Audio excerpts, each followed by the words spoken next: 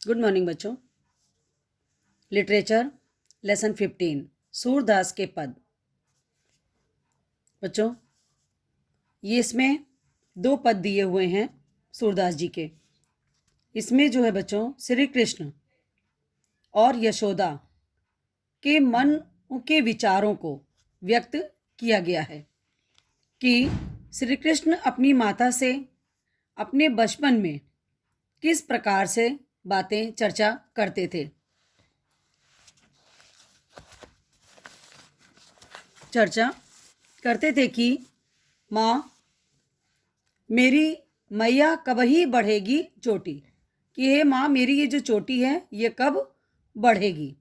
ठीक है, चोटी मतलब यहाँ पर जो दिया है बच्चों, ये चोटी बालों की चोटी से मतलब रखती है। चोटी का मतलब इसको शिखा भी बोलते हैं। ठीक है, कितनी बार मोहि दूध पियत भाई यह अजहू है छोटी। कहते हैं कि मुझे कितनी बार हो गया दूध में पिलाती हो, बार बार यही कहती हो कि बार बार तुम दूध पियो तो ये तुम्हारी चोटी जो है बड़ी हो जाएगी। तू तो कहत बाल की बेनी जो है हो लांबी मोटी। तुम तो यही कहती हो बार बार दूध पियो और क्या हो जाएगा, ये जैसे बड़ी सी बलराम जो है, बल मैंने यहाँ बच्चों बलराम, कि बलराम की जैसे चोटी है लंबी और मोटी, वैसी ही तुम्हारी भी हो जाएगी। काढ़त गुहत नहावत जय हैं नागिन सी भूई लोटी। क्या कहते हैं कि इसको बार बार कंघी करते हैं, काढ़ते हैं, गोते हैं, नहलाते हैं, जिससे कि ये नागिन के समान भूमि पर लौट जाएगी, इतनी बड़ी हो जाएगी कि जैसे नागिन जमीन पर लौटती है वैसे ही तुम्हारी चोटी भी हो जाएगी। कांचो दूध पियावत पची पची देती न माखन रोटी।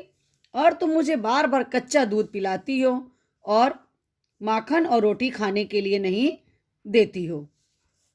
सूर चिरजीवो दो भाए हर हलधर की जोटी। यहाँ पर क्या कह रहे हैं बच्चों सूरदास जी, कि तुम लंबे समय तक जियो उसी प्रकार से जैसे कि 2 भैया, अर्थात यहाँ पर देखिए बलराम और कृष्ण के लिए है कि बलराम और हलधर की जोटी। जोटी का मतलब बेटा जोड़ी। ठीक है, कि जिस प्रकार से, और तुम्हारी हमेशा सूरदास जी कह रहे हैं बच्चों कि दोनों भाई हरि हलधर अर्थात बलराम और कृष्ण, तुम दोनों की जोड़ी हमेशा जीवित रहे, हमेशा दीर्घायु रहे, जोड़ी बनकर रहे, इस प्रकार से आशीर्वाद दे रही हैं। ये सूरदास जी के कथनों में है और ये माता यशोदा अपने पुत्र श्री कृष्ण और हलधर को अर्थात बलराम को आशीर्वाद दे रही हैं। ये तो थे बच्चा कि यहाँ से लेके आपका यहाँ तक का अर्थ। अब आपके पास सेकंड पैराग्राफ है, तेरे लाल मेरो माखन खायो। यहाँ पर बच्चों आपके पास ये जो पंक्तियाँ हैं, इन पंक्तियों में जो ग्वालिनें थीं जो दूध और मक्खन ले जाकर के बाहर बेचती थीं, उनके बारे में यहाँ पे वर्णन है कि वो माता यशोदा से श्री कृष्ण के बारे में शिकायत करती हैं और कहती हैं, उलाहना देती हैं कि वो बार बार आकर के हमारे दूध की चोरी कर लेते हैं। तो बच्चों यहाँ पर देखिए, तेरे लाल मेरो माखन खायो।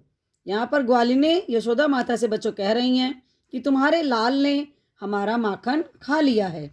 दोपहर दिवस जानी घर सोनो ढूंढ ढिंढोरो आपहो आयो। क्या कहते हैं यहाँ पर बच्चों कि जब दोपहर का समय होता है, जब जानते हैं कि घर में सोना है, कोई नहीं है, सब बाहर गए होंगे, तो उस समय अपने दोस्तों के साथ, अपने सखाओं के साथ आते हैं। आप ही आयो, और आते हैं खोल किवार, दरवाज़ा खोलते हैं, बैठ मंदिर में, और मंदिर में जाकर बैठते हैं, दूध दही और मक्खन सब खा लेते हैं। उखल चढ़ सीके को लीनो अनभावत भुई में ढरकायो। यहाँ पे कह रहे हैं बच्चों, तो यशोदा माता कहती हैं बच्चों उनसे कि भाई वो तो कृष्ण तो छोटे हैं, इतनी ऊंचाई पर तुम्हारा मक्खन रखा होता है, वो कैसे पहुँचते हैं। तब बताती हैं कि उखल पर चढ़ जाते हैं और सीके में से दूध और मक्खन और दही निकाल लेते हैं। अनभावनत भूई ढरकायो, और जितना उनका मन होता है उसे खाते हैं और बाकी जमीन पर गिरा देते हैं।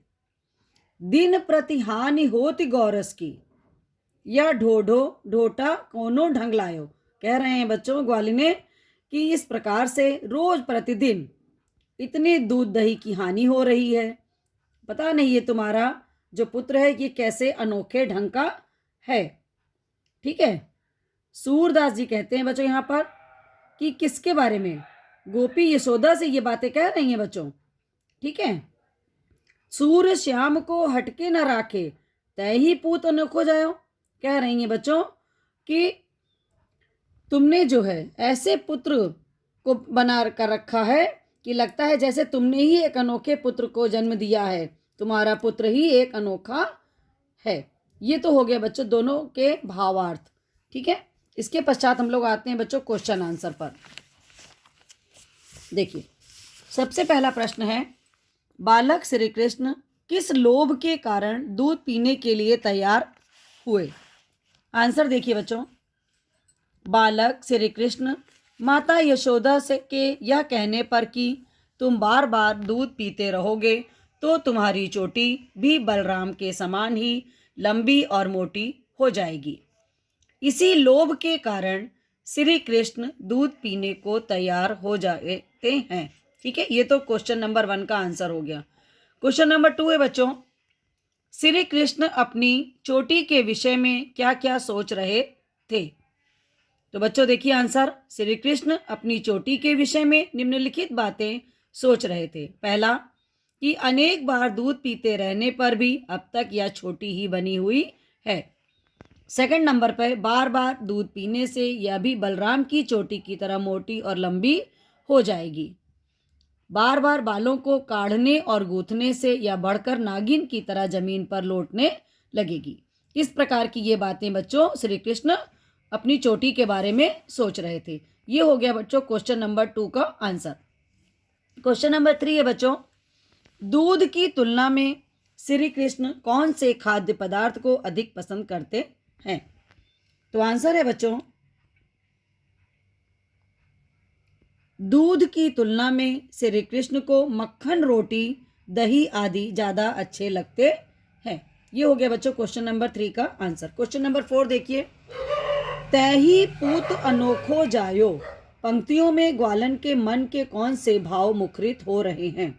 ये क्वेश्चन, ये अर्थ अभी हम लोगों ने यहाँ पढ़ा था, उसी के आधार पर ये इस क्वेश्चन का आंसर भी है बच्चों। तो यहाँ पर देखिए, पहले इन पंक्तियों को यहाँ पे लिख देंगे, इस छोटी सी पंक्ति को, कि तय ही पूत अनोखो जायो। पंक्ति में बच्चों ग्वालन के मन के भाव इस प्रकार उत्पन्न होते हैं कि वो यशोदा से श्री कृष्ण की शरारतों की शिकायत करती हैं और अपने गुस्से को दिखाते हुए कहती हैं कि तुमने ही अनोखे पुत्र को जन्म दिया है।